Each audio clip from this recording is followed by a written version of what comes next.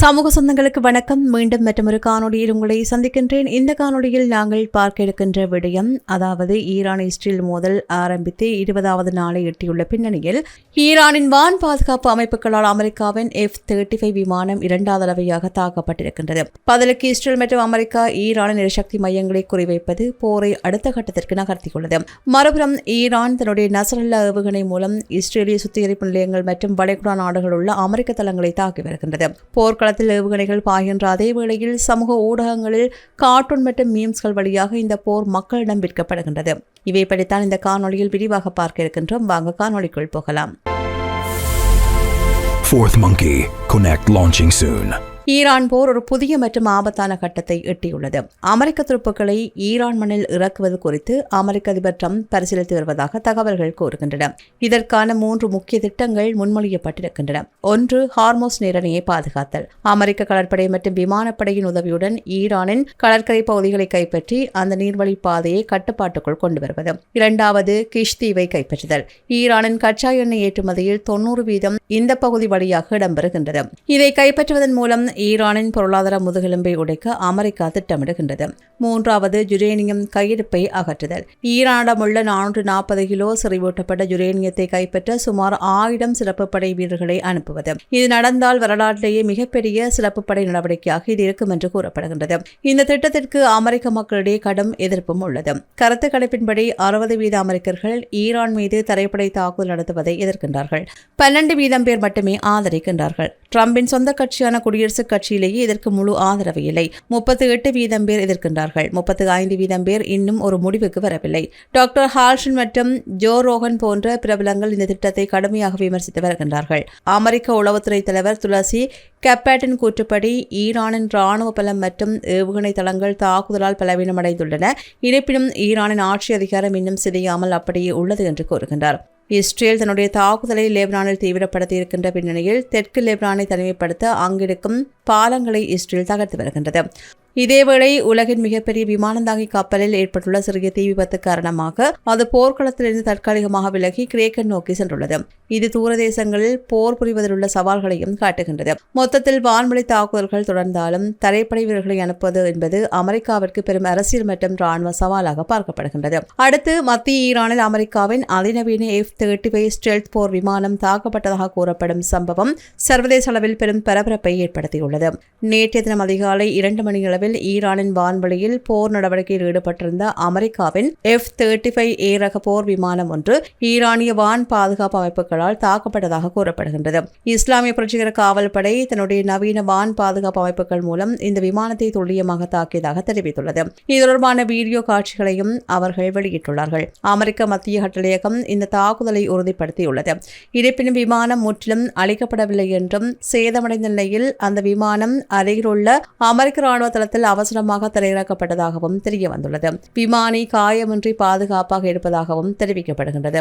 குறிப்பாக 2வது F-35 விமானம் வீழ்த்தப்பட்டதாக பரவும் செய்திகளை இதுவரை எந்த அதிகாரப்பூர்வமான அமைப்பும் அமெரிக்கா அல்லது ஈரான் உறுதிப்படுத்தவில்லை. முதல் விமானம் தாக்கப்பட்டதை மறைக்க அமெரிக்காவே இத்தகைய வதந்திகளை பரப்புவதாக ஈரானிய ஊடகமான தஸ்னிம் குற்றம் சாட்டியுள்ளது. தற்போதைய நிலவரப்படி ஒரு விமானம் சேதமடைந்தது மட்டும் உறுதி செய்யப்பட்டுள்ளது. F-35 என்பது ரேடார்களில் சிக்காத ஸ்டெல்த் தொழில்நுட்பம் கொண்டது. இதை ஈரான் தாக்கியுள்ளது என்பது அவர்களுடைய வான் பாதுகாப்பு அமைப்புகள் எதிர்பார்த்தை விட வலிமையாக இருப்பதையே காட்டுகின்றது. ஈரானுக்கு எதிரான இந்த தற்போதைய பொருள் அமெரிக்கா இதுவரையில் சுமார் 20 விமானங்களை இழந்துள்ளதாகவும் தகவல்கள் கூறுகின்றன. குறிப்பாக அதிநவீன F-35 விமானமே ஈரானின் வான் பாதுகாப்பு அமைப்புகளால் சேதப்படுத்தப்பட்டிருப்பது அமெரிக்காவிற்கு ஒரு பெரிய எச்சரிக்கையாகவும் அமைந்துள்ளது. இதனால் அமெரிக்கா நேரடியாக மனிதர்கள் இயக்குகின்ற போர் விமானங்களுக்கு பதிலாக அதிகப்படியான ஆளில்லா விமானங்களை பயன்படுத்த திட்டமிடலாம். ஈரானின் ரேடார் மற்றும் வான் பாதுகாப்பு ஏவுகணை தளங்களை முற்றிலும் அடைக்கும் வரையில் விமான தாக்குதல்களை தற்காலிகமாக குறைத்துக் கொள்ளவும் வாய்ப்புள்ளது. ஈரானின் வான் பாதுகாப்பு பலமாக இருப்பதை உணர்ந்துள்ள ட்ரம்ப் இப்போது தரைப்படை விருப்பத்தையே பரிசீலிக்க அதிகம் வாய்ப்புள்ளது. குறிப்பாக கிஷ் தீவு விமான பாதுகாப்பை விட கடற்படை பாதுகாப்பு குறைவாக உள்ள இந்த பகுதிகளில் பகுதிகளை முதலில் கைப்பற்ற ட்ரம்ப் உத்தரவிடலாம். சிறப்பு படைகள் வான்வழி தாக்குதல்களில் தோல்வியடையும் போது அணுசக்தி நிலையங்களை சிதைக்க சுமார் 1000 கமாண்டோக்களை அனுப்பும் திட்டம் வேகமாக இடம்பெறலாம். போர் நீடிப்பதால் உலக சந்தையில் கச்சா எண்ணெய் விலை உயர்ந்து கொண்டே போகின்றது. இது அமெரிக்காவில் பணவீக்கத்தை அதிகரிக்கும் என்பதால் ட்ரம்ப் இந்த போரை விரைவாக முடிக்க தீவிரமாக அதிரடி நடவடிக்கைகளை எடுக்கக்கூடும். அமெரிக்க மக்களிடையே 60% எதிர்ப்பு இருப்பதால் குறைந்த உயிரிழப்பு அதிக பாதிப்பு என்ற உத்தியை ட்ரம்ப் கையாள வாய்ப்புள்ளது. அடுத்த சில மணி நேரங்களில் அல்லது அடுத்த நாட்களில் ஈரான் சவுத் பாஸ் எரிவாயு வயல் மீதான தாக்குதல்களுக்கு பிறகு ஈரான் மீண்டும் கட்டார் அல்லது பிற வளைகுடா நாடுகள் மீது பதிலடி கொடுக்கின்றதா என்பதையும் நாம் பார்க்க வேண்டும். அமெரிக்காவின் 5வது கடற்படை பாரசீக வளைகுடாவிற்குள் நுழைகின்றதா என்பதையும் கண்காணிக்க வேண்டும்.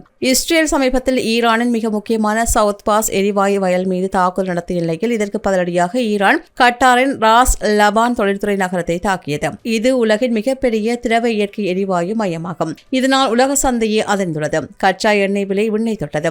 இதற்கு பிறகு ட்ரம்ப் தன்னுடைய ட்ரூத் சோஷியல் தளத்தில் பதிவிட்டது என்னவென்றால், இந்த தாக்குதல் குறித்து அமெரிக்காவிற்கு எதுவும் தெரியாது. இஸ்ரேல் ஆத்திரத்தில் செயற்பட்டுள்ளது. கட்டாருக்கும் இதற்கும் எந்த சம்பந்தமும் இல்லை. ஆனால் இஸ்ரேல் தரப்போ அமெரிக்காவிற்கு தெரியாமல் நாங்கள் எதையும் செய்யவில்லை, ட்ரம்பிற்கு தெரிந்துதான் எல்லாம் நடந்தது என்று கூறுகின்றது. இங்கு ட்ரம்ப் சொல்வது உண்மை என்றால் இஸ்ரேல் தன்னிச்சையாக செயற்பட்டிருக்கலாம். இதனால் கோபமடைந்த ட்ரம்ப் இப்போது இஸ்ரேலை விமர்சிக்கின்றார் என்று கூறப்படுகிறது. ட்ரம்ப் பொய் சொல்கின்றார் என்றால் கட்டார் அமெரிக்காவின் முக்கிய நட்பு நாடு. ஈரானின் பதிலடியால் கட்டார் பாதிக்கப்பட்டிருப்பதால் தனது செல்வாக்கை தக்க வைக்க தனக்கு தெரியாது என்று ட்ரம்ப் பொய் சொல்லலாம். குறிப்பாக தாக்குதல்களுக்கும் தனக்கும் சம்பந்தமில்லை என்று கூறி சமாதானம் பேசுவது போல் தோன்றுகின்றது. ஆனால் அதே நேரத்தில் இனி ஈரான் கட்டாரை தாக்கினால் அமெரிக்கா நேரடியாக சேர்ந்து ஈரானின் மொத்த எரிவாயு வயல்களை தரைமட்டமாக்கும் என்று எச்சரிக்கின்றார். இதுவரையில் இரு நாடுகளும் ஒருவரது நாட்டின் எரிசக்தி மையங்களை தாக்காமல் ஒரு எல்லையை வகுத்து வைத்திருந்தார்கள். இப்போது அந்த எல்லை மீறப்பட்டுள்ளது. எண்ணெய் மற்றும் எரிவாயு நிலையங்களை தாக்குவது என்பது ஒரு நாட்டை தாக்குவது மட்டுமல்ல, அது உலக பொருளாதாரத்தை தாக்குவதாகும். இந்த நல்ல போலீஸ் கெட்ட போலீஸ் ஆட்டம் தோல்வியடைந்தால் உலக பொருளாதாரத்தின் போர்க்களத்திலும் மீண்டும் பழைய நிலைக்கு திரும்ப முடியாத ஒரு கட்டம் ஏற்படும் என்று போரியல் நிபுணர்கள் கூறுகின்றார்கள். இதற்கிடையில் ஈரான் இஸ்லாமிய புரட்சிகர காவல் படை IRGC நடத்தியுள்ள ஆபரேஷன் ரூட் ப்ராமிஸ் 65வது அலை தாக்குதல்கள் தற்போதைய போரை மேலும் தீவிரமான கட்டத்திற்குள் நகர்த்தியுள்ளது. இன்று நிலவரப்படி இந்த தாக்குதல்களின் முக்கிய அம்சங்கள், அதன் விளைவுகளை நாங்கள் பார்க்கின்ற போதும், புதிய நசரல்லா ஏவுகணை. ஈரான் முதன்முறையாக நசரல்லா என்ற அதிநவீன பாலிஸ்டிக் ஏவுகணையை பயன்படுத்தியுள்ளது. இது கத் ஏவுகணையின் மேம்படுத்தப்பட்ட பதிப்பாகும். இது பல போர்க்குண்டுகளையும் சுமந்து சென்று துல்லியமாக தாக்குதிறன் கொண்டது.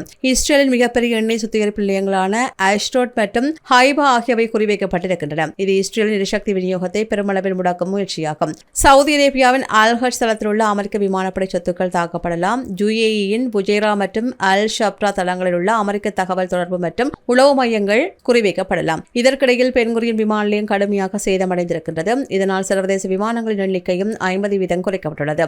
LL மற்றும் இஸ்ரேட் போன்ற முன்னணி விமான நிறுவனங்கள் மார்ச் இறுதி வரையில் தங்கள் சேவைகளை ரத்து செய்திருக்கின்றன.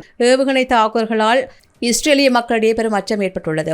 ஆயிரக்கணக்கான மக்கள் நாட்டை விட்டு வெளியேற விமான நிலையங்கள் மற்றும் எல்லை பகுதிகளில் குவிந்து வருகின்றார்கள். பிரதமர் நெதன்யாகு நிலத்தடி பதுங்கு குழியிலிருந்து தன்னுடைய பணிகளை செய்கின்ற நிலைக்கு தள்ளப்பட்டுள்ளார். வடக்கு இஸ்ரேல் பகுதிகளில் தொடர் வெடிப்புச் சத்தங்கள் கேட்ட வண்ணமே உள்ளன. ஈரான் இந்த தாக்குதல்களுக்கு முழு பொறுப்பேற்றுள்ளது. எதிரிகள் முழுமையாக தோற்கடிக்கப்படும் வரையில் இந்த தாக்குதல் தொடரும் என்று IRGC அறிவித்துள்ளது. இது மத்திய கிழக்கில் உள்ள அமெரிக்க மற்றும் இஸ்ரேலி சொத்துக்கள் மீதான நேரடி போராகவும் மாறியுள்ளது. அமெரிக்காவான தன்னுடைய தளங்கள் சவுதி மற்றும் UAE-யில் உள்ளவை தாக்கப்பட்டதற்கு எவ்வாறு எதிர்வினையாற்றப் போகின்றது என்ற கேள்வியும் எழுகின்றது. இது ஈரானுக்குள் நேரடி தரைப்படை உருவாக்க வழிவகுமா என்ற கேள்வியும் எழுகின்றது. அடுத்து ஹைவா சுத்திகரிப்பு நிலையம் மீதான தாக்குதலால் உலக அளவில் எரிபொருள் தட்டுப்பாடு ஏற்பட வாய்ப்புள்ளதா என்ற கேள்வியும் எழுந்துள்ளது. இஸ்ரேலின் அயன்டோம் மற்றும் அமெரிக்காவின் வான் பாதுகாப்பு அமைப்புகள் ஏன் இந்த 65வது அலை தாக்குதல்களை தடுக்க தவறின என்ற கேள்விகளும் எழுந்திருக்கின்றது. இவையெல்லாம் ஒருபுறம் இருக்க, அடுத்த கட்டம் இன்றைய காலகட்டத்தில் போர் என்பது வெறும் போர்க்களத்தில் மட்டுமல்லாமல் மொபைல் திரைகளிலும் சமூக ஊடகங்களிலும் கூட நடத்தப்படுகின்றது. 1940களில் வானொலி வழியாகவும் 90களில் நேரலை தொலைக்காட்சி வழியாகவும் விற்கப்பட்ட போர்கள் இப்போது 2026இல் மீம்ஸ்கள், கார்ட்டூன்கள் மற்றும் வீடியோ கேம் கிளிப்புகள் மூலம் மக்களிடம் கொண்டு செல்லப்படுகின்றன. ட்ரம்ப் தலைமையிலான வெள்ளை மாளிகை ஈரான் போரை அமெரிக்க மக்களிடம் நியாயப்படுத்த SpongeBob, GTA San Andreas மற்றும் ஃபோகிமான் போன்ற பிரபலமான கார்ட்டூன் மற்றும் கேம் கதாபாத்திரங்களை பயன்படுத்துகின்றது.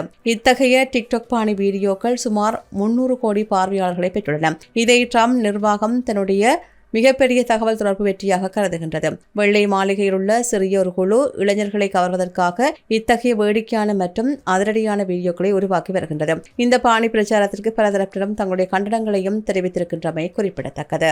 இது போன்ற பல செய்திகளை தெரிந்து கொள்ள நம்முடைய சமூக மீடியா யூடியூப் சேனலை சப்ஸ்கிரைப் செய்து அருகில் உள்ள பெல் பட்டனை கிளிக் செய்யுங்கள். மேலும் செய்திகளை உடனுக்குடன் தெரிந்து கொள்ள சமூகமீடியா.com என்ற இணையதளத்தின் வாயிலாக எங்களுடன் இணைந்திருங்கள்.